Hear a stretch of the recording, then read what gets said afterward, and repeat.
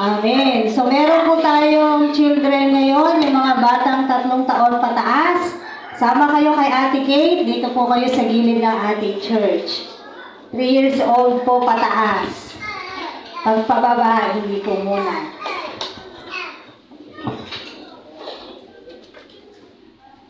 Amen. Isang magandang umaga po sa ating lahat. Good morning! Ayan, maganda pong magbatian ngayon kasi meron tayong mga katabi. Amen!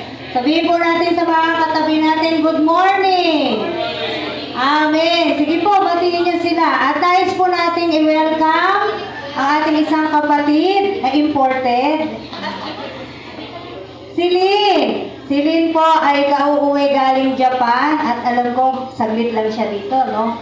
Mabilis lang po siya, aalis din siya uli. Welcome Lynn sa ating uling church.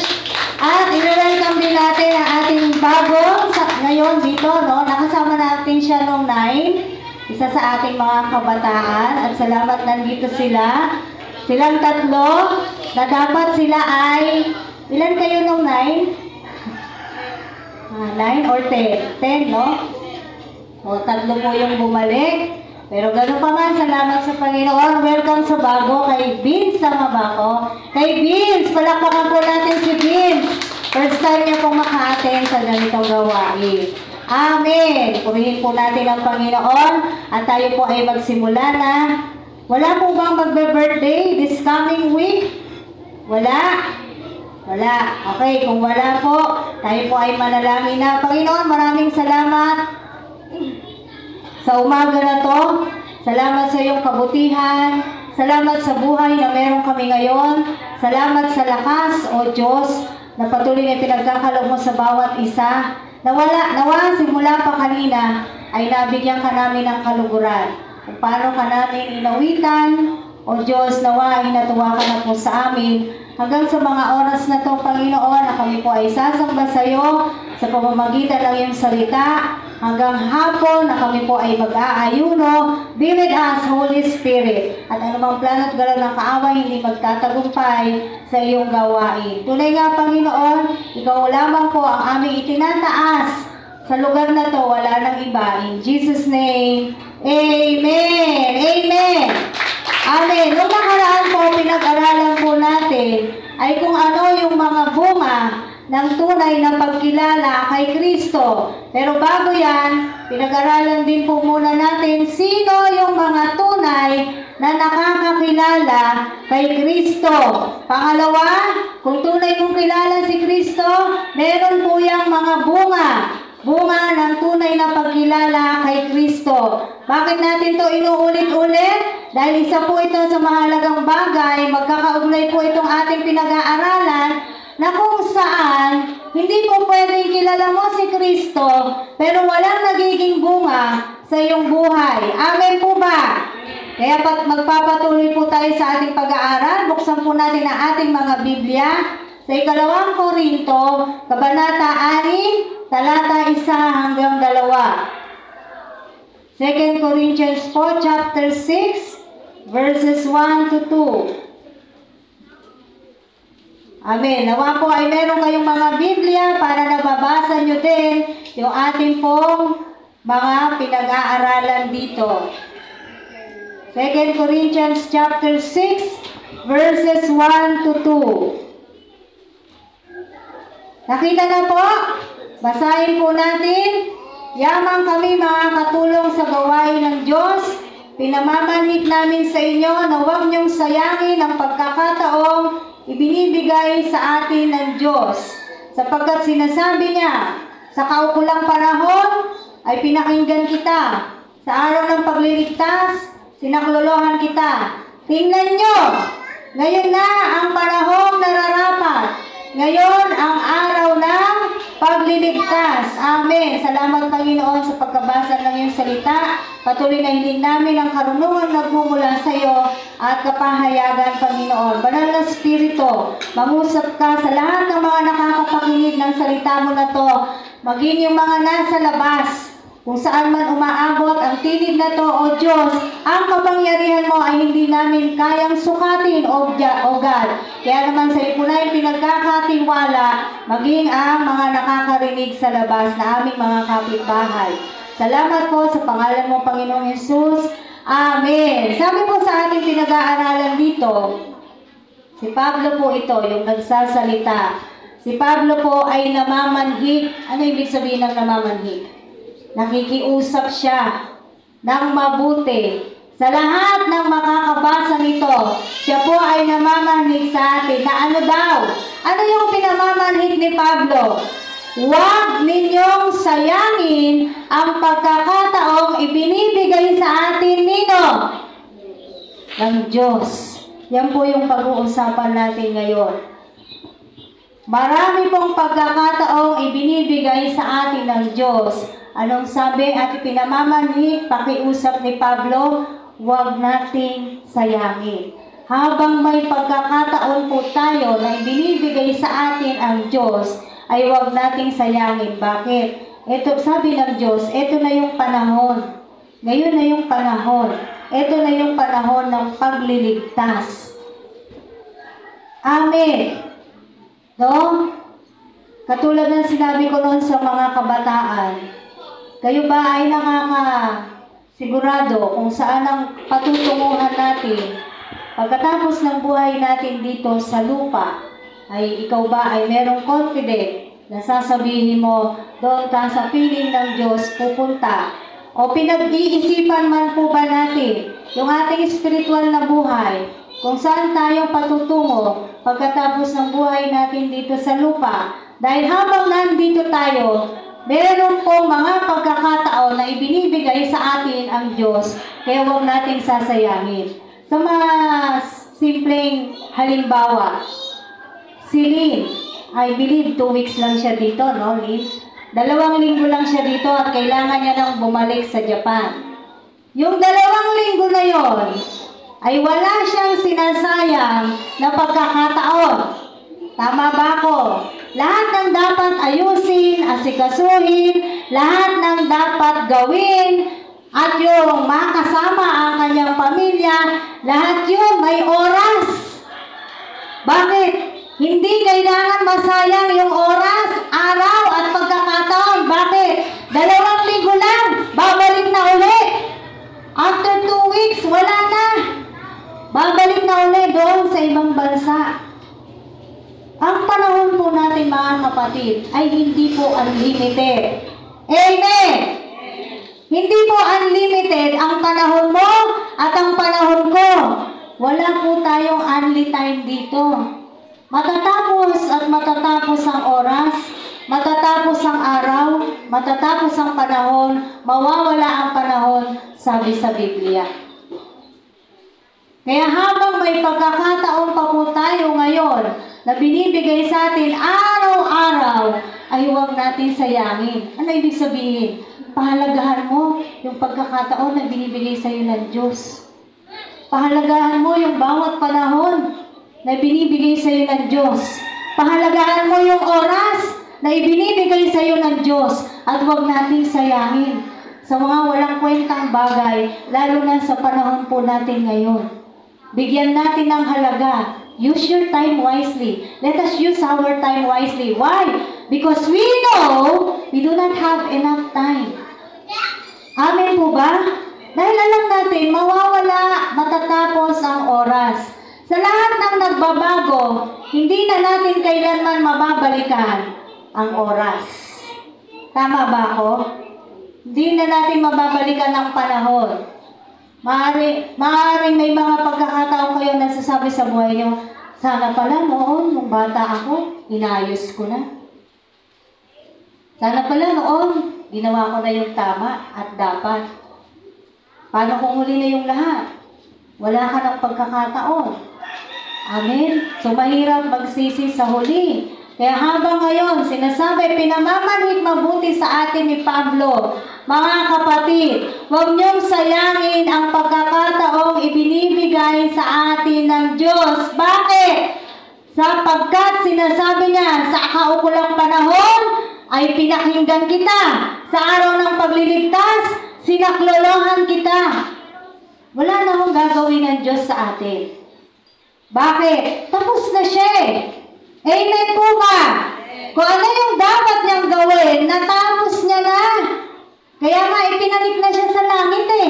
Natapos niya na yung mission niya dito sa lupa. Kaya kapatid, huwag kang maghintay ng kung ano yung gagawin ng Diyos sa buhay mo. Tapos na siya. Tapos na siya sa pagliligtas. Ano na lang kailangan natin gawin? Manampalataya, manalig. Binigay niya na yun eh. Inialay niya na yung kanyang bugtong na anak para sa lahat ng tao. Ngayon, ano na lang ang gagawin ng tao? Lumapit, manalig sa Panginoong Diyos, sumunod. Yun, yung pagdating sa pagkakataon na yun, doon nagkakaproblema ang mga tao. Tayong mga tao. Bakit? Pagdating doon sa bagay na yun, mas marami na yung ayaw. Amen. Ngayon, anong pag-usapan natin? Ano ba yung mga pagkakataon na hindi natin dapat sinasayang? Lalo na sa panahon po natin ngayon. Una, mga kapatid, huwag mong sayangin ang pagkakataon na magkaroon ka ng kaligtasan. Kung nakapakinig ka na ng salita ng Diyos, sabi sa Hebrew, harden not your heart. Huwag mo lang tigasan ang puso mo. Ito na yung pagkakataon, ito na yung araw na magkaroon ka ng kaligtasan. Ito na yung pagkakaroon ng buhay na walang hanggan. Makakamit mo sa piling niya. Manalig ka lang, manampalataya ka lang sa ating Diyos. Yun po yung ating gagawin. Yun lamang yung gagawin ng mga tao. Huwag sayangin ang pagkakataon. Ngayon na narinig mo na ang kanyang salita, anong dapat natin gawin? Tayo po ay manalig, manampalataya at sumunod. Kailan ka susunod? Pag hindi mo na kaya? Kailan mo gustong manalig sa Diyos? Kailan mo gustong sumunod sa Diyos? Pag wala ka ng lakas, hindi ka na makatayo, hindi ka na makapagpuri, kailan natin gustong sumunod sa Diyos? Pag sinasabi ng iba, pag okay na ako, saka ako susunod sa Diyos. Kahit kailan, hindi ka magiging okay. Hiwalay sa Diyos, wala po tayong magagawa. Tandaan po natin yan. Kaya huwag mo sasabihin sa sarili mo, pag okay na ako, saka ako mag-church. Yung mga nasa loob na ng church, hindi pa okay eh. Amen po ba? Eh yung pag hindi ka nag-church, hindi ka nakakapakinig ng salita ng Diyos, paano ka magiging okay? No? Yung nasa loob na, may problema pa. Eh kung nasa labas ka pa, paano na? Amen. Dahil sa kapangyarihan lamang ng Diyos, doon tayo magiging okay.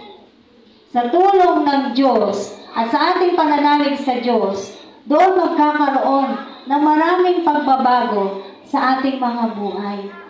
Ang pagbabago po, hindi yan magic, hindi po yan instant.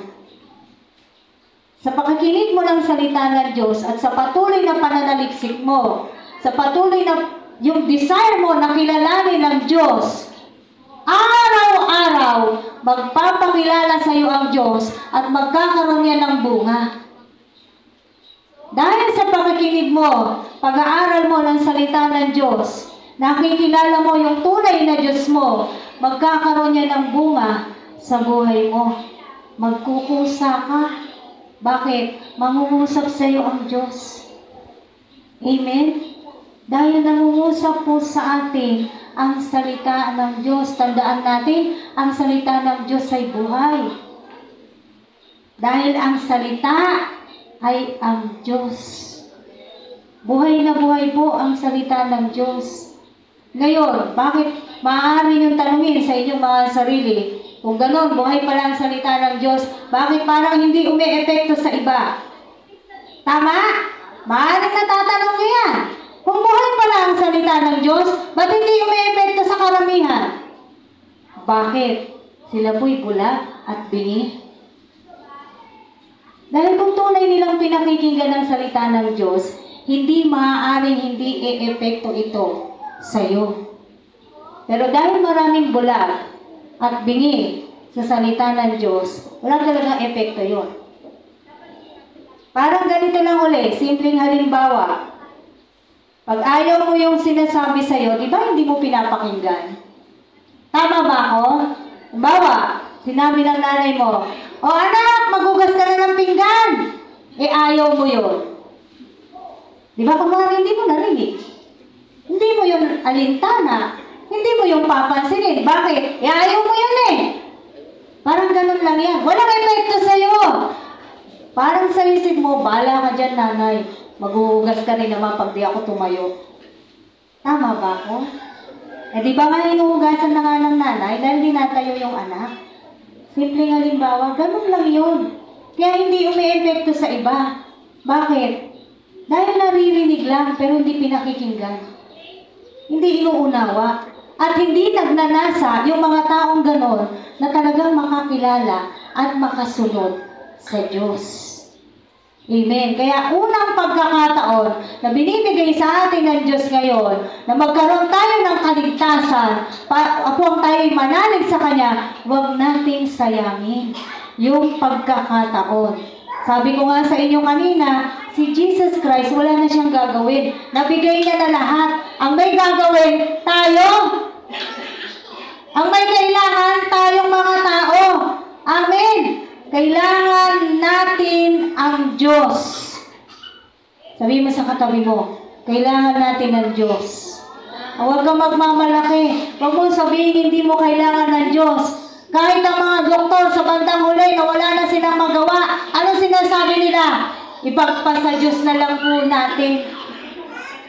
So, hindi po last resort ang Diyos natin, kung hindi dapat siya yung inuuna. Amen. Ngayon na yung panahon na nararapat. Panahon na, kapatid, para lumapit ka sa Diyos.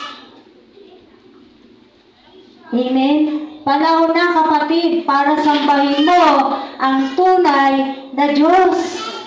Panahon na, kapatid, para manampalataya ka sa Diyos.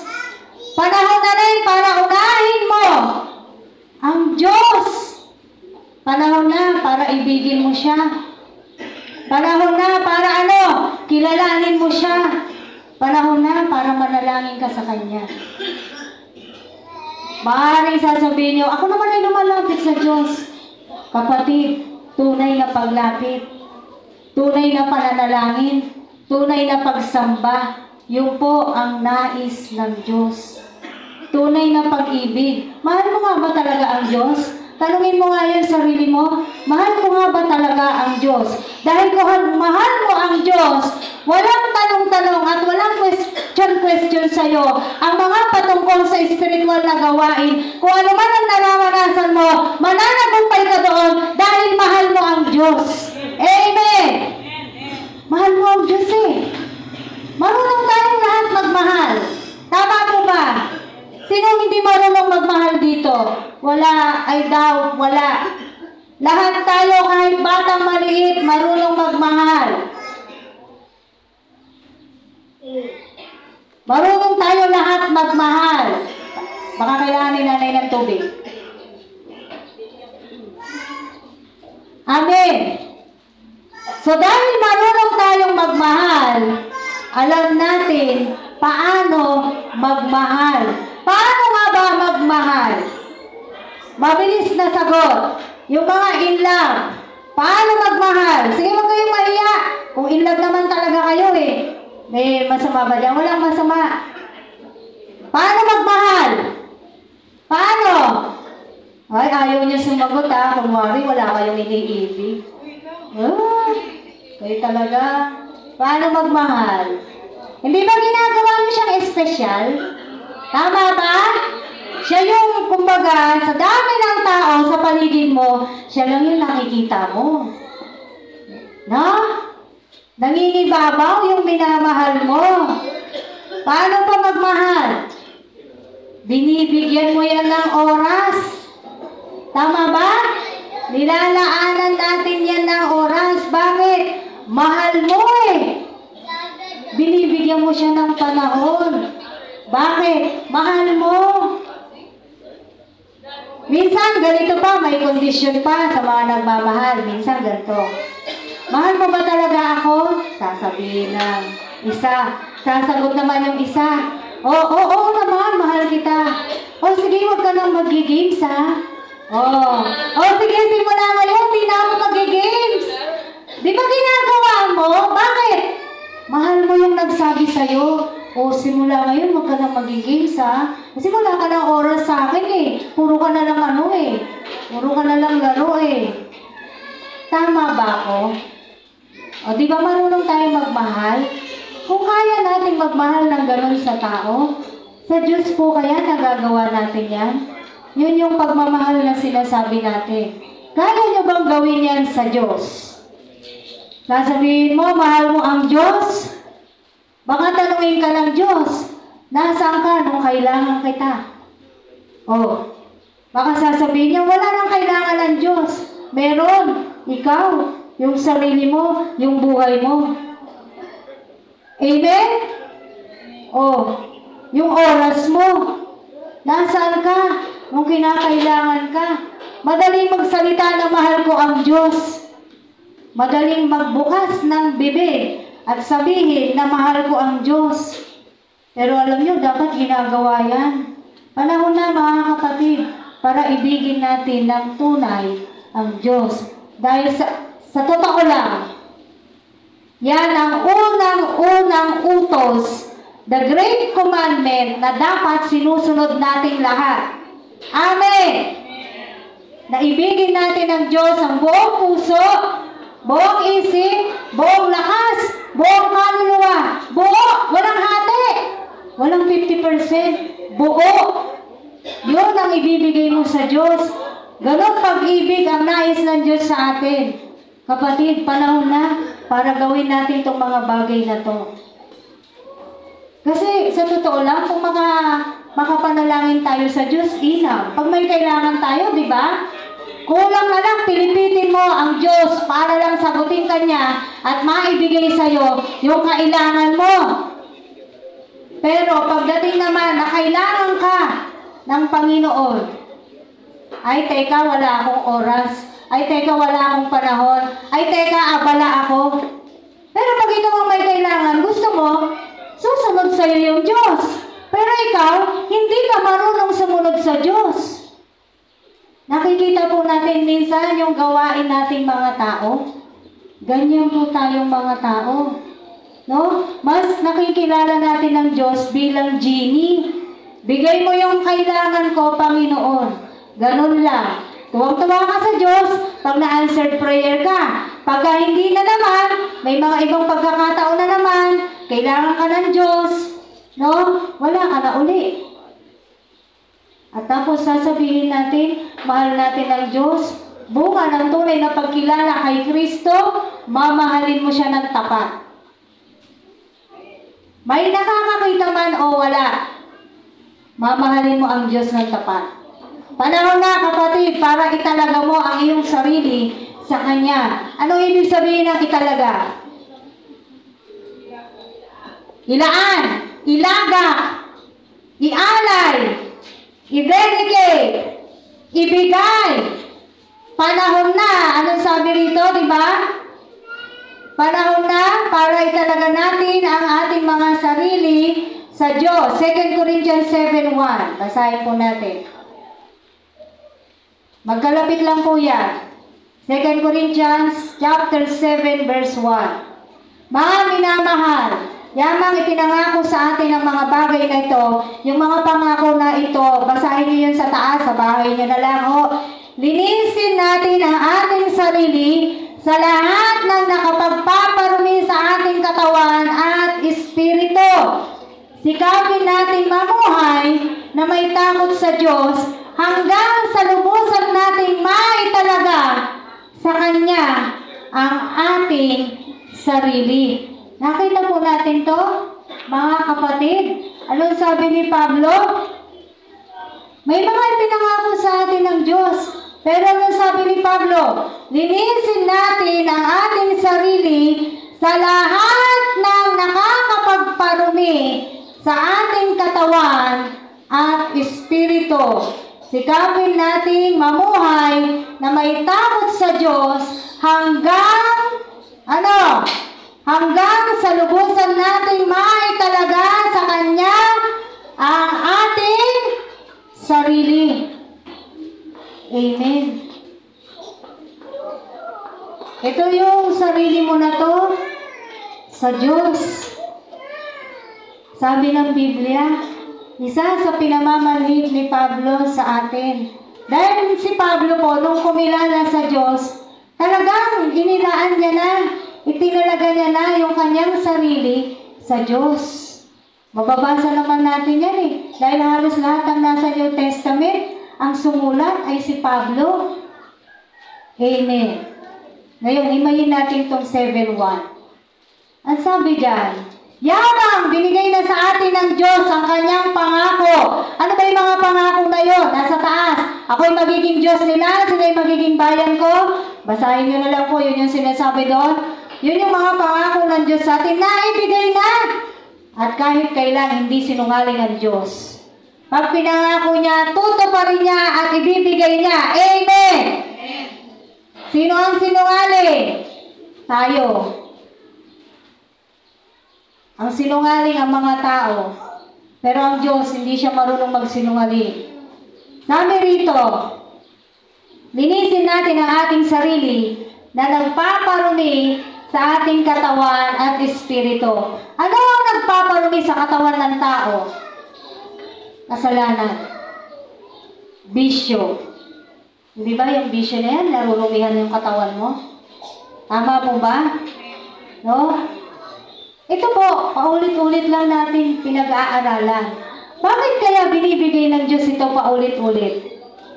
Alam niyo yung sagot sa tanong? Kung bakit ito binibigay ng Diyos ng paulit-ulit hanggang ngayon, sinasabi sa atin ng Diyos, linisin ninyo ang inyong sarili, linisin ang sarili sa lahat ng nakapagpaparumi sa iyong katawan. Bakit kaya paulit-ulit?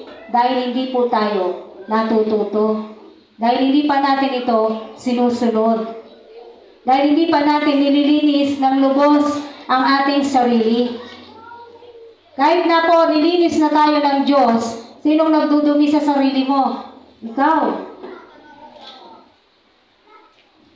Amen. Yun lang hindi ka disiplinado sa katawan mo eh. Anong ginagawa mo sa katawan mo na binigay ng Diyos? Hindi ba pinapabayaan mo dahil wala kang disiplina sa katawan mo? Marami po tayong ganyan. Amen. No? Simpleng-simpleng halimbawa. Ako naman po ay bukas na aklat ang buhay ko sa inyo. Sinabi sa akin, bawal ang soft drinks. Oh, sumusunod ba ako? Hindi. Lalo na ngayong mainit. Napakasarap uminom ng Coke. Royal. Nakita niyo po yung tigas ng ulo natin? No? Sasabihin sa'yo ng doktor, huwag mo nang gagawin to, huwag mo nang gagawin to, kasi makakasama sa'yo to. Ginawa ba? Sinunod ba? O ito, ang iinumin mo, itong gamot mo. Huwag kung ano-ano iniinom. Gamot ang iniinom. Ginawa ba? Sinusunod ba? Hindi. Anong ginagawa natin sa katawan natin? Sinong nagsisira sa katawan natin? Hindi ba tayo? Tapos pag magkakasakit tayo, Panginoon ko! Kung makahingi ka ng healing sa Panginoon. At minsan, kung hindi ka gumaling, magtatampo ka pa sa Diyos. Nakita po natin itong ginagawa natin na to sa Diyos. No? Tayo yung nagdudumi sa katawan natin na to, pero pag napapahamak yung mga sarili natin na to, lalapit tayo sa Diyos, at kapag hindi ka tinugon ng Panginoon, hindi nangyari yung kagustuhan mo,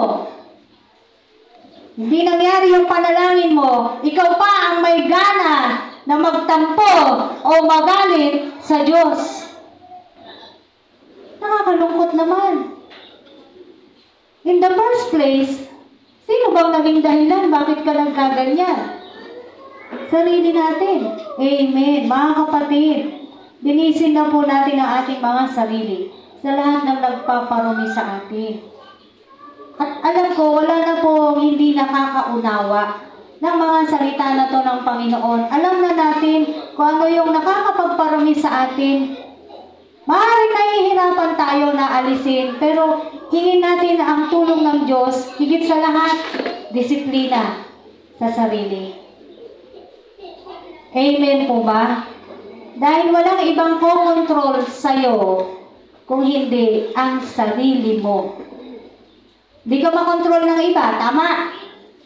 Parang noon, yung asawa ko, hindi ko makontrol sa paninigarilyo niya. Oh. Pero kung saan siya tumigil? Hindi ka makontrol, sumigi ka ng sumigi. Pero bandang huli, huwag kang magtatampo sa Diyos. At huwag mo pang kukwestiyonin ng Diyos. Panginoon, bakit naman ako nagkaganito? Nagpakasarap ka tapos ngayon sasabihin mo, Panginoon, bakit ako nagkaganito? Amen po ba? Paano mo matatalaga ang sarili mo kung ikaw ay marumi? Iyo ba? Nakita po natin ito. Nais natin na italaga natin ang ating sarili sa Diyos. Bilang pagtatalaga ng ating mga sarili sa Diyos, paunti-unti tatanggalin natin kung anong nagpaparumi sa atin. Sa Bible, meron po talagang sinasabi kung anong nagpaparumi sa tao. Matthew 15:10. Basahin po natin. Mateo 15:10. Kung ano talaga yung nagpaparumi din sa tao, tignan po natin bukod doon sa aking nabanggit. Matthew chapter 15, verse 10. Pinalapit ni Jesus ang mga tao at kanyang sinabi, makinig kayong lahat at unawain ang aking sasabihin. Hindi ang pumapasok sa bibig ng tao, kundi ang lumalabas, ang alin, ang nakapagpaparumi sa kanya, sa mata ng Diyos. Wala nang question sa pagkain. Pero sinasabi sa Roma ni Pablo, gusto ko lang bigyang linaw, kasi dito, kung titignan natin, si Jesus ang nagsalita rito. Hindi yung pumapasok sa bibig mo yung nagpaparumi sa'yo, kung hindi yung lumalabas sa bibig mo, sa bibig nating mga tao. Kaya wala nang question sa pagkain. Ngayon, sabi sa Roma ni Pablo, ngayon, kung ang bagay o ang pagkain na to ay nakukonsensya ka, nakainin. Take note ho, nakasulat to sa Biblia. Huwag mong kainin. Halimbawa, dugo. Kung hindi ka komportable kumain ng dugo, di huwag ka kumain ng dugo, tapos ang usapan. Pero huwag mo kukwestiyonin yung kapatid mo, bakit siya kumakain ng dugo? Walang ganunan. Amen. No? Kung ikaw, hindi ka kumakain ng dugo, sa sarili mo yun, dahil ikaw ay nakukonsensya. Pero kasi hindi lahat. Kaya nga sinasabi yun sa Roma, basahin yung mabuti. Para wala na ho tayong pagkukwestiyonan patungkol sa pagkain na kahit anong pagkain. Amen. Sabi ng Biblia, basahin ay pinagpapasalamat mo sa Diyos, hinihingi mo ang paglilinis ng Diyos. No. Ngayon, balik tayo dito sa verse na binasa natin. Hindi ang pumapasok sa bibig ng tao, kundi ang lumalabas, ang nakapagpaparumi sa kanya sa mata ng Diyos. Ano lumalabas sa bibig ng tao? Ha? Marami! Tama po ba? Maraming lumalabas sa bibig nating mga tao. Lalo na kapag hindi ayos ang emosyon mo, kapag hindi ayos ang puso mo, hindi ayos ang isip mo, kung ano-anong lalabas dyan sa bibig mo, at nasambit mo na, huli na ang lahat. Nakasugat ka na. Nakasakit ka na. Amen. At ang pinakamatindi pa nun, marumi ka sa mata ng Diyos. Ako may sabi? Hindi basahin nito Sabi rito si Jesus po nagsasalita rito. Pinalapit ni Jesus ang mga tao at kanyang sinabi. Gusto kong gawing maliwanag. Kahit basahin niyo yung Biblia ninyo. Pwede pakilakasan ito, may sound tayo. Nakikipag-agawan ako sa Amen. So sinasabi po sa atin dito, narurumihan tayo sa mata ng Diyos sa kung ano yung mga salita na lumalabas sa ating mga bibig. Kaya nga sinasabi, pag galit ka, manahimik ka. Bakit? Dahil kapag galit ka, kung ano-anong salita ang lalabas sa bibig mo. Kung patay lang yung salita mo, patay na yung kaharap mo. Tama ba ako? Bakit? Nagagawa ko yan. Pag ako'y nagagalit sa mister ko. Hindi ako plastic. Inaamin ko, nagagawa ko yan. At totoo kung ano-anong lumalabas sa bibig kapag kagalit. Ngayon, kung di mo kayang kontrolin ang sarili mo, ganun na lang ng ganun, lalala ka pa. Sino uling kokontrol sa'yo? Ikaw, ang sarili mo, at ang salita na sumasa iyo. Amen. Kung ang salita ay binubulay-bulay po natin, hindi maaari, hindi mangungusap sa iyo ang banal na spirito. Alam mo, pagkatapos naman nun, sising-sisi ka. Ba't ko ba nasabi? Ba't ko ba nalait ang asawa ko? Wala na, nangyari na eh. Ano na lang dapat mong gawin? Huwag mo nang ulitin. Amen. Kaya mga kapatid, mag-iingat tayo sa mga sinasalita natin. Sa mga sinasabi natin. Anong sabi? Sa mata ng Diyos, marumi tayong mga tao kung ano ang lumalabas sa ating mga bibig. Ano yung kasabihan? Pag nasa puso, lumalabas sa bibig. Ano yung kasabihan na yun? May kasabihan na gano'n, di ba? Kung ano yung totoo, lalabas sa'yo kasi yun yung nasa puso mo.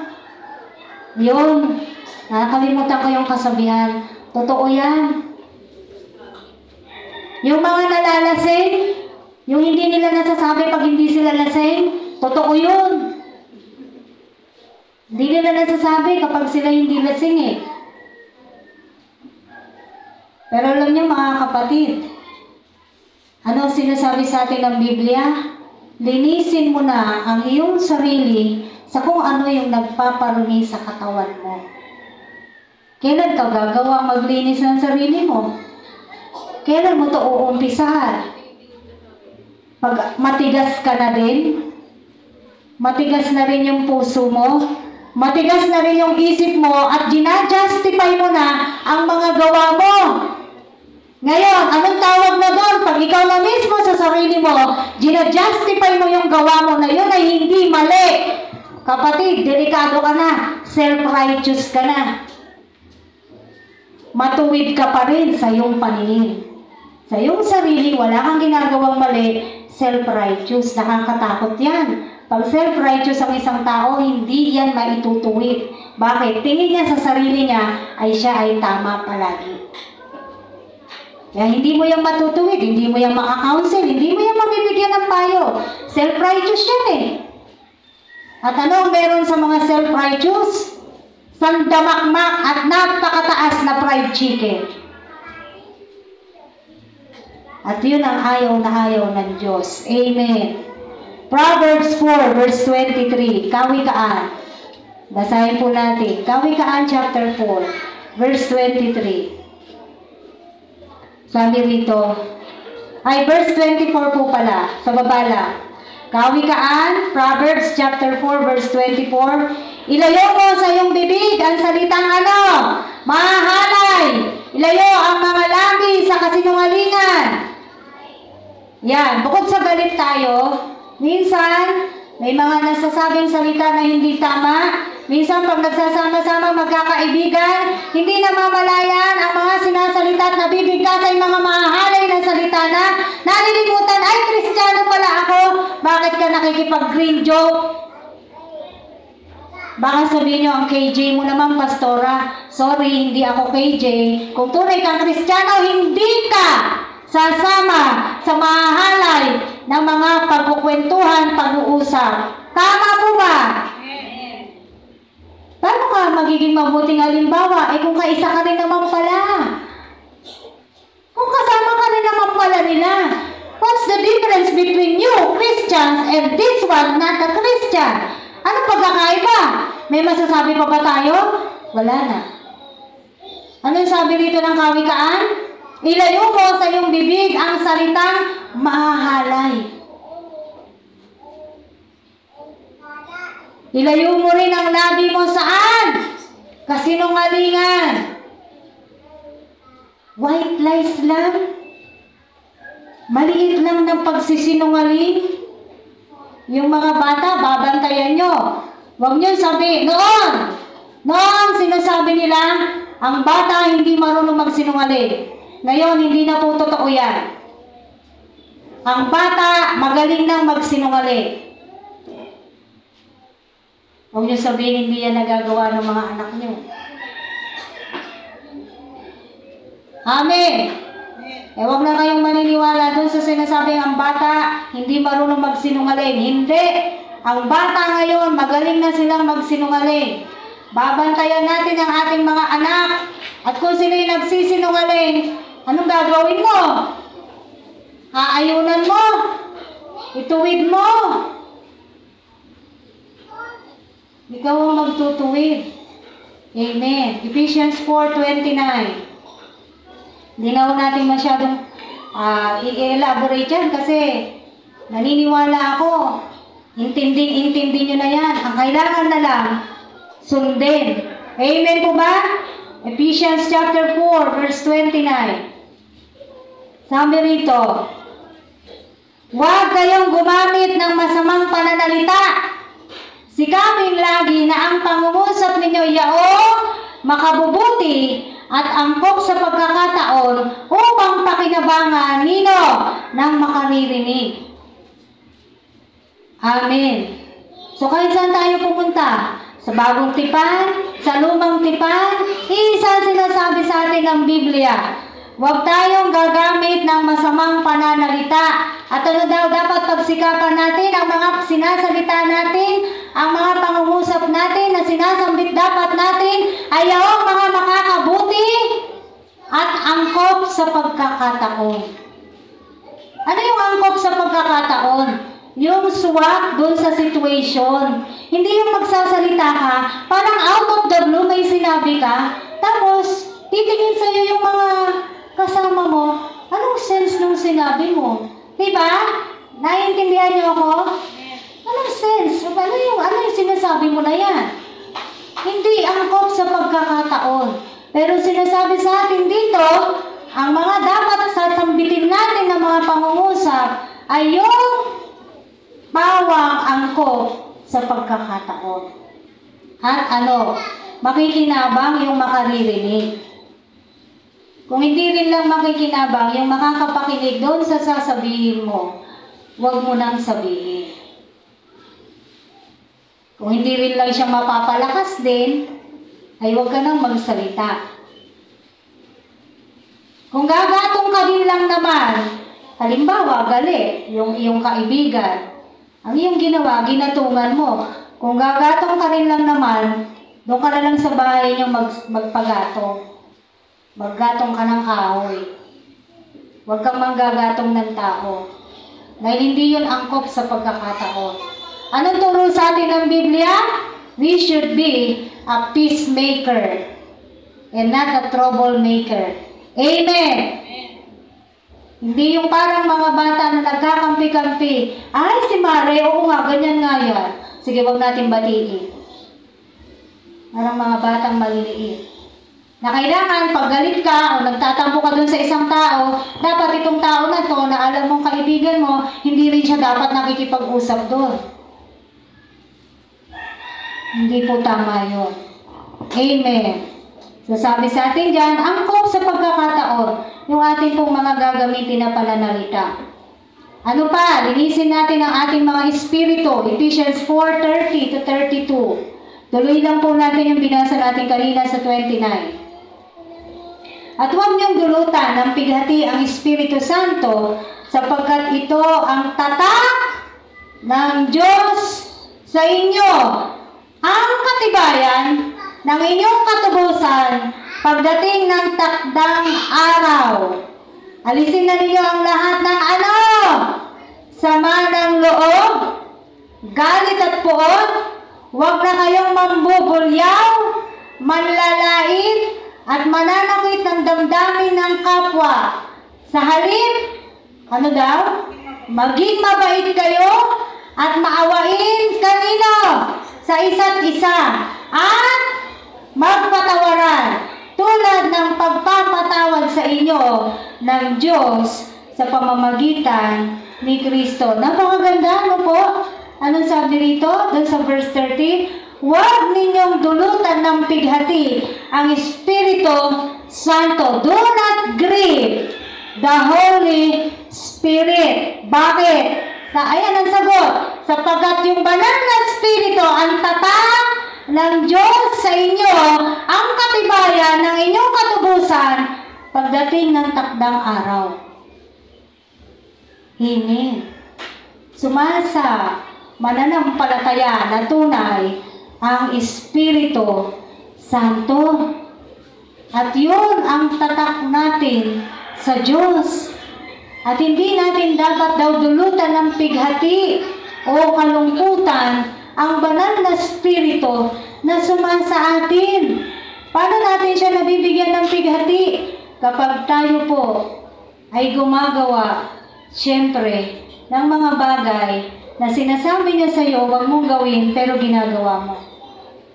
Katulad ng ano? Yung nasa verse 31, alisin na ang lahat ng sama ng loob. May sama pa po kayo ng loob? Kung kanino man, alisin mo na yan, kapatid. Amen? Ano pa? Galit at poot. May kagalit ka? May kaaway ka? Anong gagawin mo? Manatili kang galit? Sinong lugi? Ikaw na Kristiyano. Lugi ka na, dinudulutan mo pa ng pighati ang Espiritu Santo, marumi pa ang tingin sa'yo ng Diyos. Pumili ka. Doon ka sa tamang dapat mong gawin o magpapatuloy ka sa ganitong uri ng gawain.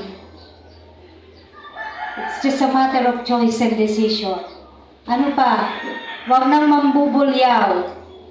Huwag nang manlalait. Kung makapanlait, akala mo naman, nuknukan din naman ang gwapo't ganda. Kaya minsan ganyan tayong mga tao. No? Huwag manlalait, ayaw ng Diyos yan. At huwag mananakit ng damdamin ng kapwa mo. Bakit? Nadudulutan po natin ng pighati ang Espiritu Santo. Una, nasaktan mo na yung kapwa mo at hindi mo pa alam, nag-grieve mo pa yung Holy Spirit. Bakit? Hindi ka nakasunod sa Kanya eh. Bakit? Pinangibabaw mo kung ano yung nasa emosyon mo. Kaya nga sinasabi sa atin sa Biblia, be wise as a serpent, but be faithful as a dove. Maging matalino, katulad no serpent. Matalino sa pamumuhay na to, sa mundo na to, maging matalino tayo. Paano tayo mabubuhay sa mundo na to? Bakit? Dahil meron nga tayong kaaway, may mga ginagawa yan para ikaw ay wasakin, sirain. Ngayon, paano nakapangyayari na nawawasak ka ng kaaway? Kasi, pinahintulutan mo. Binigyan mo siya ng daan. Kaya anong sabi sa Bible? Resist the devil and he will flee from you. You're not going to resist the devil. And of course, that's not the way around. He will not flee from you. But you will be with the devil. Malungkot na katotohanan pero totoo yan. If you're not going to resist the devil is in you. The devil is with you and you are one with the devil. Masakit sa tenga, di ho ba? Tama ba? Masakit sa tenga. Pero kailangan nating marinig. Dahil kailangan po nating mabigyan muli ng kaliwanagan. Paano ka magiging matalino dito sa mundo na to? Paano ka mabubuhay araw-araw nang may karunungang nagmumula sa Diyos? Na hindi po tayo dapat nagpapatalo sa kung ano yung emosyon na meron tayo. We have to overcome our emotions. No? Ano sabi rito sa verse 32? Sa halip, maging mabait kayo at maawain sa isa't isa at magpatawaran. Tulad ng pagpapatawad sa inyo ng Diyos sa pamamagitan ni Kristo. Kung ang Diyos marunong magpatawad, sino po tayo para hindi po tayo magpapatawad ng ating kapwa? Amen. So, linisin na po natin ang ating espiritu. Pangalawa, doon sa paglilinis, pagtatalaga ng sarili, magkaroon ng takot sa Diyos. Amen. Ano ba yung paano ba yung matakot sa Diyos? Yung para ka nakakita ng multo? Hindi. Ang pagkakaroon ng pagkatakot sa Diyos ay ang pagkilala kung sino ang Diyos. Kaya nga, inuna na nating pag-aralan kung sino yung tunay na nakakakilala kay Kristo. Ngayon, tanungin mo yung sarili mo, kilala mo na ba talaga ang Diyos? Dahil kung kilala mo ang Diyos, at alam mo kung anong kaya niyang gawin, magkakaroon ka ng takot sa Kanya. Tandaan natin sa lumang tipan, kapag nakikipaglaban ng mga Israelita, anong bilin sa kanila ng Diyos? Patayin niyo lahat, pati hayop. Minsan nangihinayang sila, pero kailangan nilang sumunod, kailangan nilang patayin lahat, pati hayop. Bakit? Anong sagot ni Yahweh? Para matakot sila sa akin. Ano ibig sabihin nun? Kahit ano kayang gawin ng Diyos sa atin. Amen. Yung mga taong lagi nagsasabi, mabait naman ang Diyos, patatawarin naman niya ako. Tama yan. Tama yan. Pero kung paulit-ulit mo namang ginagawa, yung kasalanan na yan, sa palagay mo ba, natutuwa pa yung Diyos sa'yo? Hindi na. Diba nabasa natin yung nakaraan? Sa Pilipos ba yun o sa Pedro? Kapag ang mananampalataya ay gumagawa ng masama, ano ang mukha ng Diyos? Nagngingit-ngit. Hindi nga nakasibangot eh. Ang nakasulat sa Biblia, nagngingit-ngit. Kaya huwag mo sasabihin, mabait naman ang Diyos. Patatawarin naman niya ako. Ang tendency mo, uulitin mo na naman yung kasalanan mo. Uulitin mo na naman yung maling ginagawa mo. Bakit? Kasi ang sabi mo, ayon sa iyong paniniwala, mabait naman ang Diyos. Uulitin natin, marunong magalit ang Diyos. Kaya kung kilala mo ang tunay na Diyos, magkakaroon ka ng banal na pagkatakot sa Kanya. Sabi sa Proverbs, the fear of the Lord is the beginning of wisdom. Isa sa benepisyo ng pagkakaroon ng banal na pagkatakot sa Diyos, magkakaroon ka ng karunungan. Pinag-aralan na natin nung nakaraang Miyerkules, ano yung karunungan? Yun yung pagkaunawa sa kalooban ng Diyos. Tama? Yun yung pagkaunawang nanggagaling sa Diyos. Yun yung matalinong pag-iisip o pang-unawa sa kung ano yung tama at mali. Pagkakaroon ng matinong pag-iisip, yun po yung karunungan.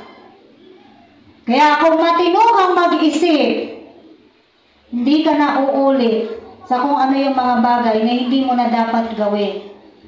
Dahil kilala mo ang Diyos mo at magkakaroon ka ng takot sa Diyos. Ano pa yung mga benefits pag tayo po'y may takot sa Diyos? Awit 111 verse 10. Psalms.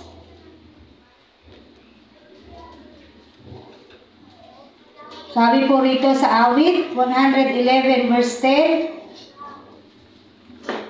ang taong may nais na siya'y tumulong, kay Yahweh matakot yaong taong iyon. Sa palasunurin ay tapat ang hatol at pupurihin pa sa buong panahon. Nakita po natin to. Kapag tayo ay may takot sa Diyos, sabi, gusto mo raw dumulong, magkaroon ka ng banal na pagkatakot sa Diyos. Dumulong hindi sa larangan ng mundo na to. Uulitin ko, yung karunungan na sinasabi rito, hindi yung karunungan na nagmumula sa mundo na to. Hindi po siya yung katalinuhan. Dahil kaalaman yon. Itong karunungan na pinag-aaralan natin ay wisdom. Yung po ay galing sa Diyos. Amen. Kay Yahweh matakot yaong taong iyon, sa palasunurin ay tapat ang hatol at pupurihin pa sa buong panahon. Kapag tayo po ay meron ng karunungang nagmumula sa Diyos, wala na rin question yung pagsunod sa Diyos. Bakit? Kilala mo yung Diyos mo eh. Kilala mo kung sino yung sinusunod mo. Tama po ba? Proverbs 1:7, Kawikaan 1:7. Proverbs. Magkasunod lang po yung awit. Pagkatapos ng awit, kawikaan na.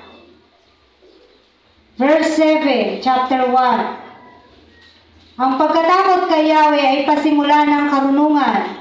Ngunit walang halaga sa mga mangmang ang aral at mga saway.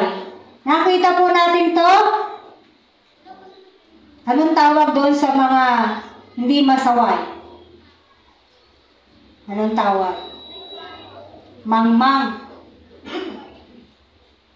Walang halaga sa mga mangmang ang aral at mga saway. Bakit? Walang karunungan ng Diyos eh. Walang matinong pag-iisip. Walang karunungan nagmumula sa Diyos. Bakit? Kasi walang takot sa Diyos. Kaya paulit-ulit na ginagawa yung mga bagay na alam naman na hindi na dapat gawin. Pero kung tayo po ay magkakaroon ng pagkatakot sa Panginoon, magsisimula po ito, magkakaroon tayo ng karunungan. At kapag meron tayong karunungan na nagmumula sa Diyos, makakapamuhay po tayo sa mundo na to. Kung ano yung sinasabi ng salita ng Diyos. Kung ano yung sinasabi ng Biblia. Amen. Bakit? Meron na bang nabuhay na nakasunod kung ano yung sinasabi ng Biblia? Marami na. Huwag na tayong lumayo. Kay Pablo pala. Simula nung kumilala si Pablo sa Panginoon, nakita na natin ang naging buhay ni Pablo. Kung paano rin siya naging masunurin hanggang wakas. Ganon din ang ginawa ni Pablo. Naging napakamasunurin ni Pablo sa Diyos hanggang wakas. Bakit? Nakakilala niya yung Diyos niya. Amen. Kaya yung mga alagad ni Kristo, kahit pinagpapatay sila ng mga napaka-pambihirang uri ng kamatayan, they don't care. Bakit? Kilala nila yung Diyos nila at alam nila ang mangyayari sa kanila. Sapitin man nila yung ganoong kalunos-lunos na pagkakapatay sa kanila. Balatan ng buhay, pako ng pabaliktad, espadahin, parang ginawa kang ano, yung umiikot, tas gaganyan. Hindi ho biro yung mga pagpatay sa alagad ni Kristo. Hindi sila namatay ng dahil sa matanda na sila. May inihulog sa kumukulong langis. Pasalamat si Juan, nabuhay pa siya. Bakit? May layunin ng Diyos kay Juan. Sinulat niya yung pahayag, kaya siya nabuhay. Pero isa siya yun, yung hinulog sa kumukulong langis. Gano'ng kahirap? Pero tinakwil ba nila ang Diyos? Hindi. Nangyari ang lahat ng yan sa kanila. Hindi sila bumaliktad sa kanilang pananampalataya dahil kilala nila kung sino ang Diyos nila. At tinalaga nila ang kanilang sarili sa Diyos. Yun yung tinatawag talaga nating pagtatalaga ng sarili sa Diyos. Amen. Di ko sinasabi yung nangyayari sa kanila ay mangyayari sa atin. Hindi ko sinasabi yon. At hindi ko rin alam. Hindi ko rin alam. Pero ang dapat alam natin, kilala mo kung sino yung Diyos mo. That no matter what, you will stand firm in your faith. Mananatili kang nakatindig sa iyong pananampalataya. Ano man ang mangyari sa iyo, ano man ang sitwasyon mo, ano man ang kaharapin mo, mananagumpay ka. Bakit? Alam mo ang kasasapitan mo pagdating ng araw. Amen. Kaya mga kapatid, ano sabi ng Verse natin, 2 Corinthians 7:1. Sikapin natin italaga ang ating sarili sa Diyos. Parang si Pablo, sabi niya, ako'y sa Diyos na. For me to live is Christ, and to die is gain. Philippians 1:21. Maganda po siya doon sa version na binanggit ko. Ito sa Tagalog. Sabi rito ni Pablo, sapagkat para sa akin, si Kristo ang buhay. At dahil dito'y pakinabang ang kamatayan. Naunawaan niya na yung buhay niya simula nang tawagin siya ng Diyos. Naunawaan na ni Pablo kung ano ang kanyang buhay. Tayo, tinawag na po tayo ng Diyos. Naiintindihan mo ba, simula nang tawagin ka ng Diyos, kung ano na dapat ang buhay mo, kapatid? Naiintindihan mo ba na talagang magdadanas ka ng ano-ano mga pagsubok? Yung ang hindi lingkod ng Diyos, dumadanas ng pagsubok. Ikaw pa kaya na lingkod ng Diyos? Ayaw mong dumanas ng pagsubok? O ikaw ay bumibitiw sa mga kabigatan, sa mga problema, sa mga kahadlangan, sa mga pagsubok? Nauunawaan ba natin simula na tinawag tayo ng Diyos? This is our life. Ito na yung buhay natin. Amen! Simula nang tawagin tayo ng Diyos, tinawag, lalo na po yung may mga ministry na. Tinawag tayo ng Diyos para sa kanyang kaharian. Tinawag tayo ng Diyos para sa kanyang kalingkuran. Dapat naiintindihan na natin, ito na yung buhay ko. And you will not murmur. Hindi ka magre-reklamo. Pagkos, masaya mong gagampanan ang pagkatawag sa iyo ng Diyos. Tandaan natin, sabi sa Biblia, many are called, but few are chosen. Maraming tinawag, pero kokonti ang pinili. Kaya magpasalamat ka at magpapasalamat ako dahil isa ako sa napili ng Diyos na maglingkod sa kanyang kaharian. Dapat sayang-saya ka Dapat tuwan-tuwa tayo. Yes, magagamit na naman ako para sa kaharian ng Diyos. Yes, magagamit na naman ako para sa ubasan ng Diyos. You know, again and again, I'll tell you, ministry is not an obligation. Ministry is not a burden for you and for me. Hindi po ito burden. Huwag niyong tinitignan na yung ministry ninyo ay kabigatan po ninyo. Bayan, linggo na naman. Ako na naman kakanta. Kung bigat na bigat ka pala sa ministry mo, then quit. If you're not happy with what you are doing in your ministry, quit. Baka hindi ka naman pala tinawag ng Diyos. Baka akala mo tinawag ka lang ng Diyos, pero hindi pala. Amen. Gawin natin inspirasyon si Pablo. For me, to live is Christ. Nabubuhay ako para na kay Kristo. Ang buhay ko na to, para na kay Kristo, para na sa Diyos. Bagamat tayo po ay gumagampan sa mundo na to, kung ano man ang gampanin mo, kung ikaw ay estudyante, mag-aral ka. Kung ikaw ay nagtatrabaho, magtrabaho ka. Pero ang buhay natin ay kay Kristo na. Huwag mong kakalimutan, gampanin ang mga tungkulin inilaan po sa atin sa kanyang kaharian. Dahil napaka-generous ng God natin nung binigyan niya tayo ng mga gifts. Amen! Binigyan tayo ng mga gifts para magamit po natin sa ating paglilingkod sa Kanya. That is the reason why you have gifts right now. Para magamit mo sa Kanyang kaharian, sa Kanyang ubasan, para mabigay mo sa Kanya ng buong buo ang iyong puso. Romans 12:1-2. Anong sabi? Anong offering ang gusto ng Diyos? Roma 12:1-2. Sabi dito, kaya nga mga kapatid, alang-alang sa masaganang habag ng Diyos sa atin, ako'y namamanhig sa inyo. Ialay ninyo, inulit-ulit, ialay ninyo ang inyong sarili bilang handog na ano? Patay? Buhay! Handog na buhay, banal at kalugod-lugod sa Kanya. Ito ang karapat-dapat ng pagsamba ninyo sa Diyos. Bakit? Hindi nyo ba naisip? Bakit sinabi ni Pablo dito, alay mo ang iyong sarili bilang handog na buhay? Kasi yung patay, paano niya paaalay yung sarili niya? Patay na yun. Wala nang alam yung patay na siya. Amen. Kaya ang sabi rito, alay mo yung sarili mo. Alay natin ang ating mga sarili bilang handog na buhay. Ano sabi pa? Banal. Anong lagi nating naririnig sa ating mismo mga Kristiyano? Imposible maging banal tayo. Diba? Lagi natin yan sinasabi.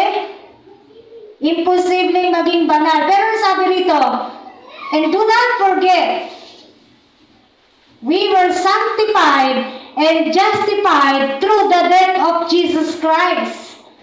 Hindi dahil sa sarili mong gawa. Kaya ka rin malinis dahil kay Jesus, hindi dahil sa sarili mong gawa. Kaya imposible bang maging banal? Sila Pablo ba hindi natin matatawag na banal? Dahil si Pablo napakalakas ng loob niya na sabihin na imitate me as I imitate Christ. Amen? Banal at ano ba? Kalugod-lugod sa Kanya. Siyempre, para malugod sa iyo yung Diyos.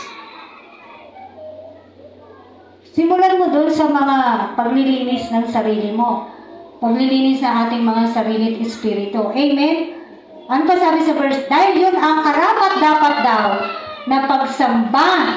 Ito ang karapat-dapat na pagsamba ninyo sa Diyos. Huwag kayong umayon sa takbo ng mundong ito. Mag-iba na kayo at magbago ng isip upang mabatid ninyo ang kalooban ng Diyos, kung ano ang mabuti, nakalulugod sa Kanya at talagang ganap. Amen? So kapatid, baguhin na natin. Magbago na lahat. Baguhin mo yung isip mo. No? Sabi po rito, at huwag tayong aayon sa takbo ng mundo na to. Kaya ka nga tinawag na mananampalataya. Ang mga mananampalataya nabubuhay sa pananampalataya. The just shall live by faith. Eh kung aayon ka rin sa mundo na to, sa takbo ng mundo na to, ikaw ba ay mananampalataya talaga? Di mo ba? No? In conclusion po, buksan po natin ang ating Bible, Philippians 3:14-16. Filipos, balik po tayo doon. Philippians chapter 3, verses 14-16. Sabi ni Pablo, nagpapatuloy nga ako tungo sa hangganan upang kamtan ang gantimpala ng pagkatawag sa akin ng Diyos sa pamamagitan ni Kristo Jesus. Ano yan? Ang buhay na hahantong sa langit. Ganyan ang dapat na maging isipan ng mga matatag na sa pananampalataya. Kung hindi ganito ang inyong paniniwala, ito'y ipauunawa sa inyo ng Diyos. Ang kailangan lamang ay ipagpatuloy natin ang ating mga natutuhan. Maliwanag po, sinasabi sa atin dito. Parang yung sinasabi ko kanina, si Pablo, ang buhay niya talagang naialay niya na sa Diyos. Kaya nga sabi niya rito, nagpapatuloy ako tungo sa hangganan para ano? Para makamtan ko yung gantimpala. At ano yung gantimpala na yon? Yung buhay na hahantong sa langit. Iisa ang gusto nating lahat. Amen! Kaya tayo po ay nagsusumikap dito. Iisa ang gusto nating lahat. Na magkaroon tayo ng buhay na hahantong sa langit. Anong sabi? Ganyan ang dapat na maging kaisipan ng matatag na sa pananampalataya. Kaya kung hindi po ganito yung mga naiisip natin, marahil kailangan pang alagaan at patuloy na ipaalala at ipaunawa sa ating mga kapatid na meron talagang magandang naghihintay sa atin kung tayo'y mananatiling tapat hanggang wakas. Ang buhay nahahantong sa langit. At para mangyari yun, sabi sa verse 16, ano lang ang kailangan nating gawin? Ipagpatuloy natin ang ating mga natutuhan. Marami na po tayong narinig. Marami na po tayong natutuhan. Balikan nyo lang din yun sa Proverbs. Kung ayaw mong magpasaway, kung ayaw mong makinig sa mga aral, ikaw ay isang mangmang. Hindi ako may sabi, ha? Diba? Nabasa natin kanina yan. Lahat ng hindi nagpapasaway, mangmang. Lahat ng hindi nakikinig sa mabuting aral, mangmang. So kung hindi ka natututo, anong tawag sa'yo? Mangmang. Bakit? Di ka natututo eh. Limihin po natin ang ating mga sarili. Ilang taon na akong Kristiyano? Sige, tanong niyo sa sarili niyo ngayon. Kahit kayo na lang din sumagot sa sarili niyo. Ilang taon na akong Kristiyano? Ilang taon ko nang sinasabi na kilala ko na si Kristo? Kumusta ako ngayon? Ako ba ay talagang nakakasunod sa Diyos? Talaga bang itinalaga ko na ang aking sarili sa Diyos? Nauunawaan ko na ba ang pagkatawag sa akin ng Diyos?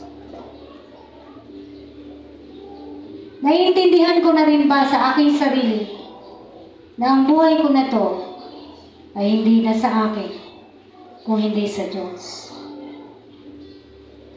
Tanungin natin yung mga sarili natin na yan. Baka kasi hindi pa pala talaga. Kaya nakukumit, nangyayari, para lang tayong katulad lang ng dati, papasok sa simbahan, paglabas, ganun uli. Naiintindihan niyo po ako? Dati naging biro ito. Papasok sa simbahan, paglabas ng simbahan, huhubarin daw si Kristo. Bakit? Damit ba si Kristo? Para mahubad-hubad? At pag ayaw mong gamitin, pwede? Ganun ba? Ganun lang pala ba ang tingin natin sa Diyos natin? Marahil, oo. Bakit? Dahil na pangyayari yung gusto mo. Dahil nasusunod ang nais mo sa iyong sarili. Dahil kapag kinakailangan ka ng Diyos, wala ka sa kanyang kaharian. Wala ka sa kanyang ubasan. Anong sabi? Wala nang kailangan ng Diyos. Tama. Pero nais ng Diyos na ialay mo ang iyong sarili bilang handog na buhay. At yun yung kalugod-lugod na pagsamba sa Diyos. Kailan naganap na talagang ikaw ay nakapag-alay ng sarili mo sa Diyos?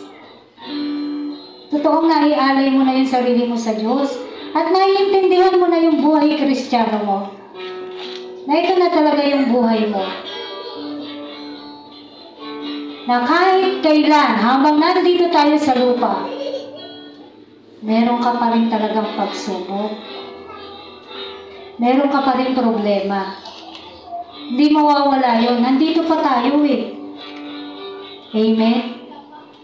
Ang laging tanong kasi dyan, how do you handle those situations of yours?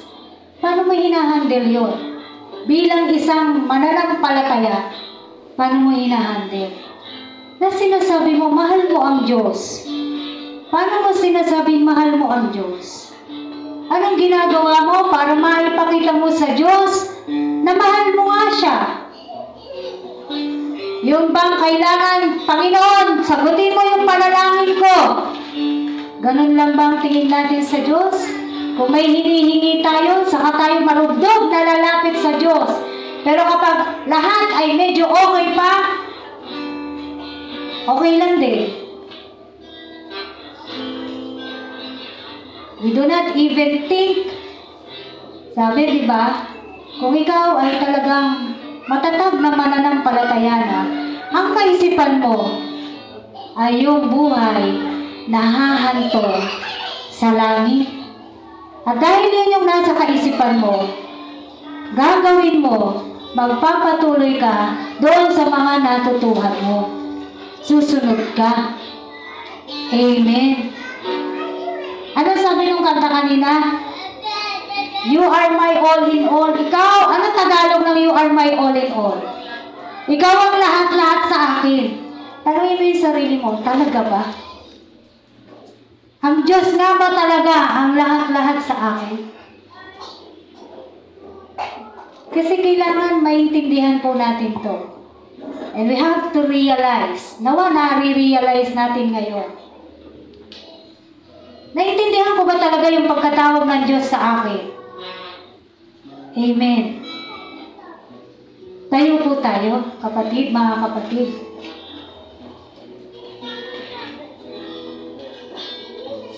Ano sabi ng pinag-aralan natin?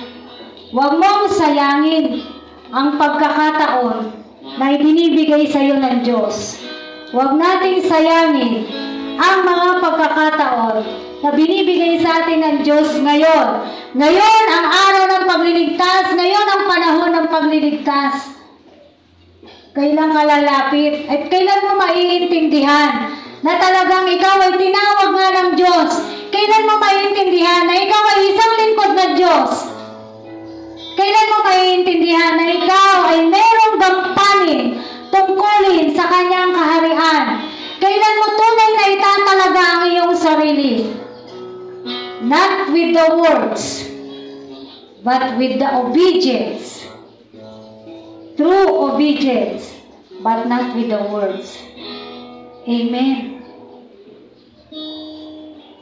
I really pray na intindihan niyo po yung pagkatawag ng Diyos sa inyo. And you know why? If you really do understand, you can love the Lord your God with all your heart, with all your soul, with all your mind, and with all your strength. That whatever happens to you, whatever your situation is, you can still obey God. No matter what. Sobrang lungkot ko ngayon. Pero dahil mahal ko ang Diyos, gagawin ko pa rin ito. Naiintindihan niyo po? Sobrang dami kong problema. Pero mahal ko ang Diyos. Uunahin ko ang Diyos.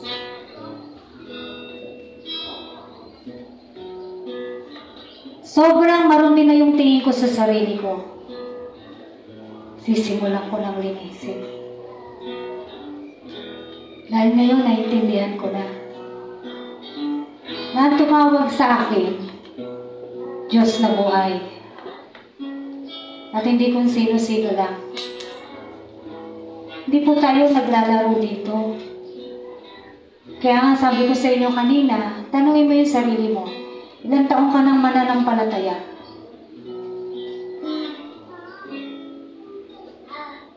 Tamang sabihin na hindi nababase sa tagal.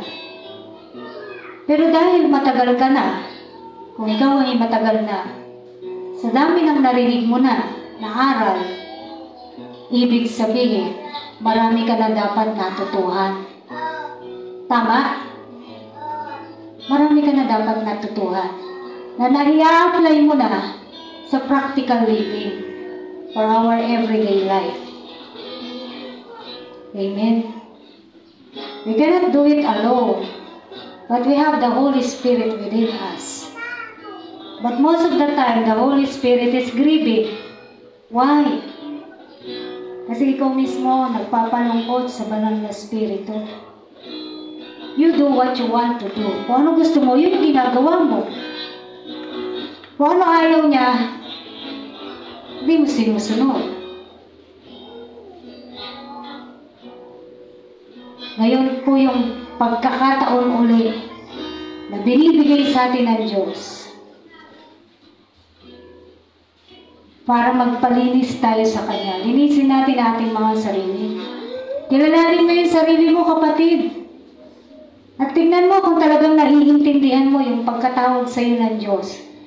Dahil once na tinawag ka na ng Diyos, sabi ni Kristo, di ba sa Lucas, yung mga gustong sumunod sa Kanya, Panginoon, susunod kami sa iyo.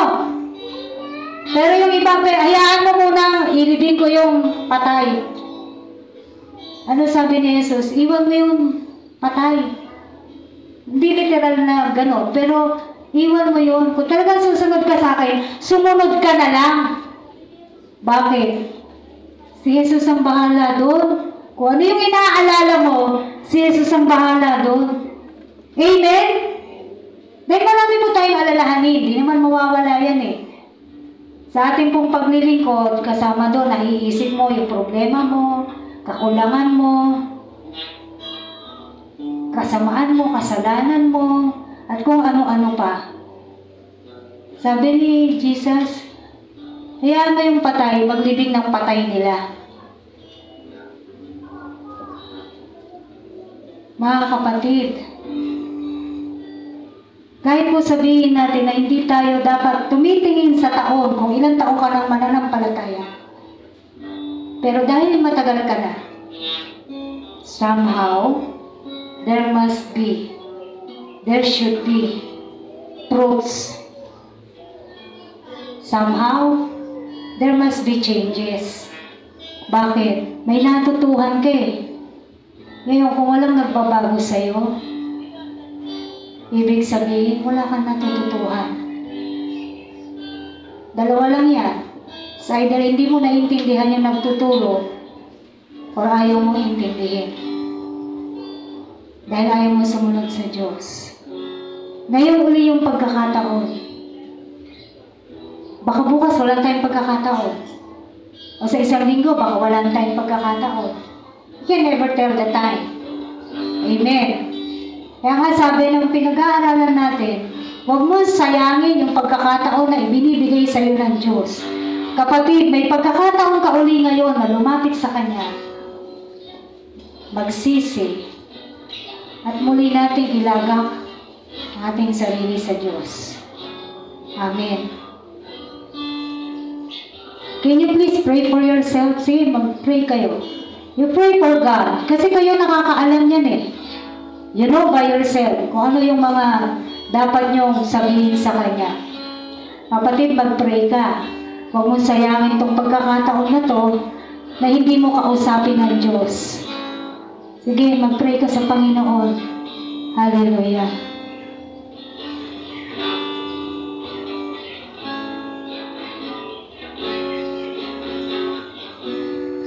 Hallelujah. Dalangin ko, nanalangin po kayo. At may sinabi kayo sa Diyos. And that is just between you and God. Hindi ko yan alam, pero ang Diyos alam niya. Ngayon, manalangin po tayo. Panginoong Yesus, kilalang kilala mo kami at alam mo kung sino yung talagang tumawag sa iyo. Alam mo dito sa amin kung sino ba yung talagang hindi pa nakakaunawa ng pagkatawag namin sa iyo, Panginoon, ng pagkatawag mo sa amin. Baka hindi pa namin lubos na iintindihan. Baka meron pa dito na hindi pa lubos na iintindihan yung pagkatawag mo.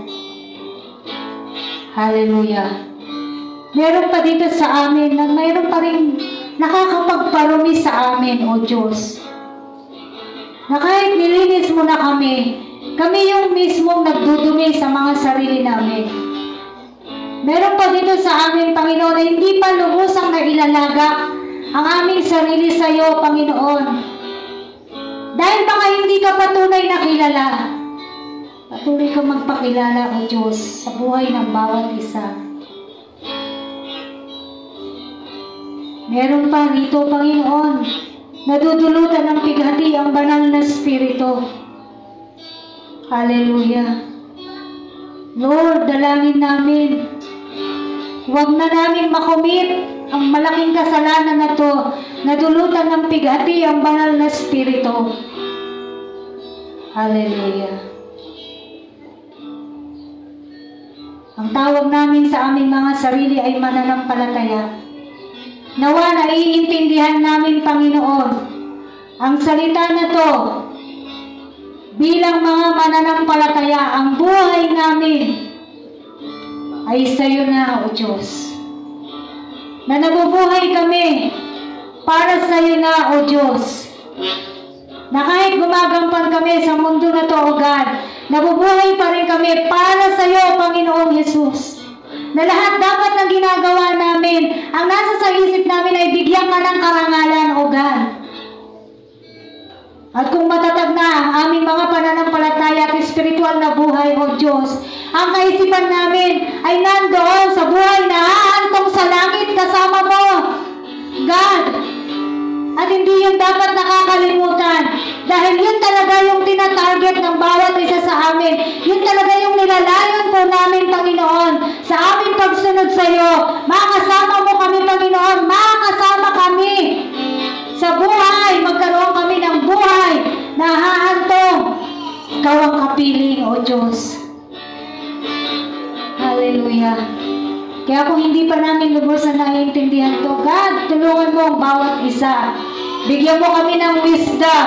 Bigyan mo kami ng karunungan nagmumula sa iyo, Panginoon, upang lubusan namin maunawaan ang tunay na pagkatawag mo sa amin, God. Hallelujah. Hallelujah. Sinasabi namin, ikaw ang lahat sa amin, Panginoon. Maging totoo mo ito, O God. At hindi lang nanulan sa aming mga labi, kundi maging totoo na ikaw nga po, Panginoong Jesus, ang lahat-lahat sa amin. Para nang sa ganun, masunod namin ang kabuuan ng kautusan to love you with all our heart, to love you with all our soul, to love you with all our mind, and to love you with all our strength, Lord. Hallelujah. Tulungan mo kami, O Diyos. Tulungan mo kami maunawaan pa sa mga oras na to yung mga bagay na hindi pa maabot ng kaisipan po namin, God. Hallelujah. Hallelujah. At huwag nawang magkaroon ng kasayangan, O God, yung buhay mo na napako dun sa krus ng Kalbaryo, na inalay mo para lang sa amin, O Diyos. Huwag nawang magkaroon to ng kasayangan sa bawat buhay na naririto na nakikinig ng iyong salita. Hallelujah. Umawit po tayo sa Panginoon. Sabihin natin, ikaw yung lahat sa akin, Panginoon. You are my all in all. At habang sinasabi natin to sa Diyos ng paawit, kapatid, gawin mo siyang panalangin. Gawin mo siyang panalangin sa sarili mo. Na talagang ang lahat-lahat sa iyo, ang lahat-lahat sa akin, walang iba kundi ang Diyos. Hallelujah. Purihin ka, Panginoon. Awitan mo ang Diyos. Huwag kung sino-sino yung naiisip mo. Hallelujah. You are my strength when I am weak. You are the passion that I see. You are my only all. Singing you are so precious still. Love to give up, I'd be a fool. You are my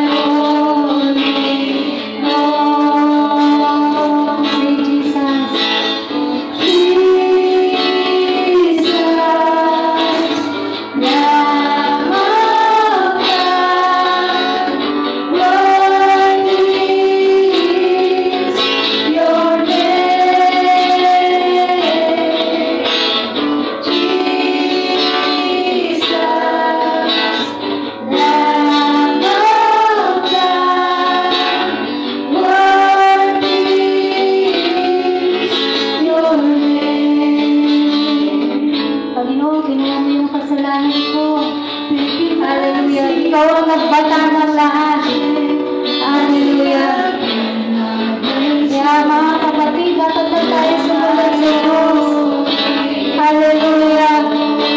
Siya ang kumuha ng lahat ng bigat at sakit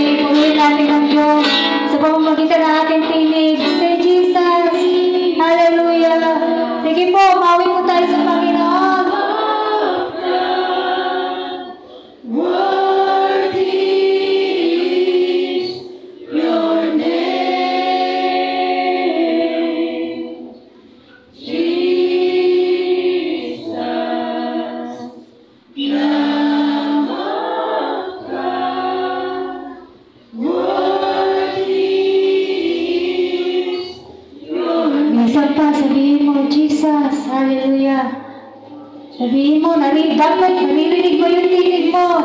Kapatid, ang pinupuri mo ang Diyos. Sabihin mo yan sa Diyos. Hallelujah. Na siya ay karapat-dapat. Hallelujah. Na siya yung makapagbibigay sa atin ng kaligtasan. Na siya makapagkakalog sa atin ng ating mga pangangailangan. Oh, hallelujah.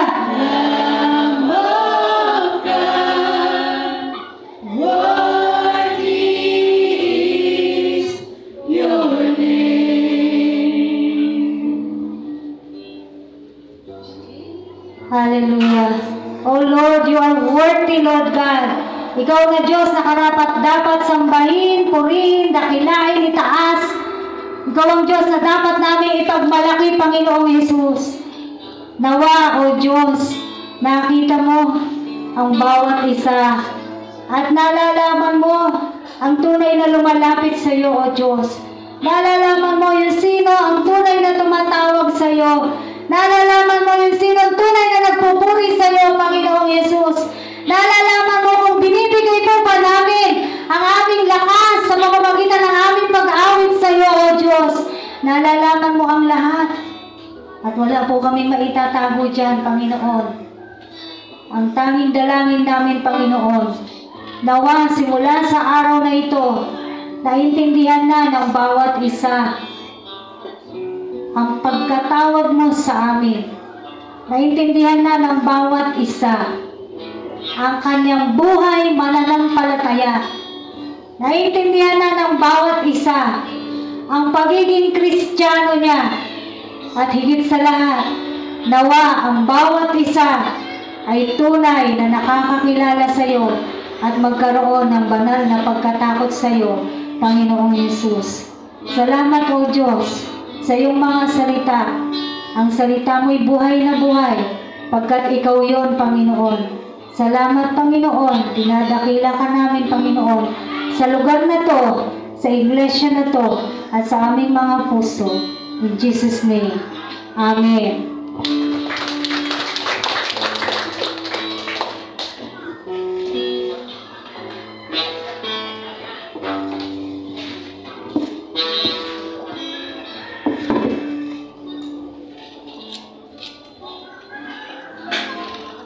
Bluetooth mode.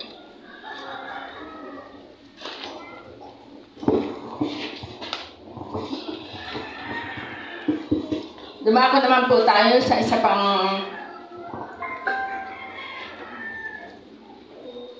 isang uri pa ng pagsapa sa ating Panginoon. Ito po ang pagbubukas ng susi upang lalo tayo sumagana. Doon po sa bago, ito po hindi sa pilitan, ito po ay talagang naayon po sa panuntunan ng Diyos, yung pong kasampung bahagi ng anumang ating natanggap ay ito po yung binabalik natin sa Panginoon. Ngunit nasa atin po yun kung ano pong maluwag sa puso po natin. Kaya ihanda na po natin at sabay-sabay po natin buksan ang susi para sa ating kasaganaan. Hallelujah.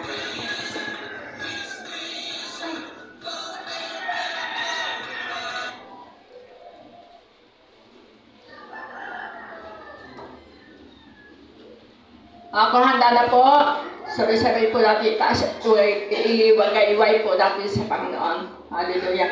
Lord, maraming salamat, Panginoon, sa lahat ng biyaya mo, Panginoon, ipekalo sa bawat isa amin, O Diyos.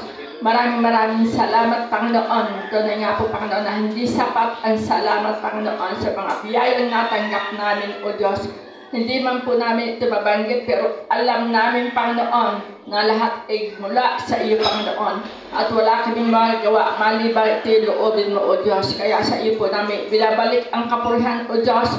At nawa, Panginoon, patuloy at patuloy po namin binabalik sa iyo, O Diyos. Lord, at man po, Panginoon, ito pong mga ikapo, mga handog, Panginoon. Nawa nga po, Panginoon, ay ikalugod mo, Panginoon, sapagkat tunay nga na kami rin po, Panginoon, ang makikinabang nito, O Diyos. At nawa, O Diyos, ito na nga na magamit ito, Panginoon, sa ikalalago na iyong iglesia, Panginoon. Pagpalain mo po ang mga kamay na nakataas, pagpalain mo po ang aming mga hanap buhay, Pagpalain mo po ang mga pinagkukunan namin, O Diyos, at maraming salamat.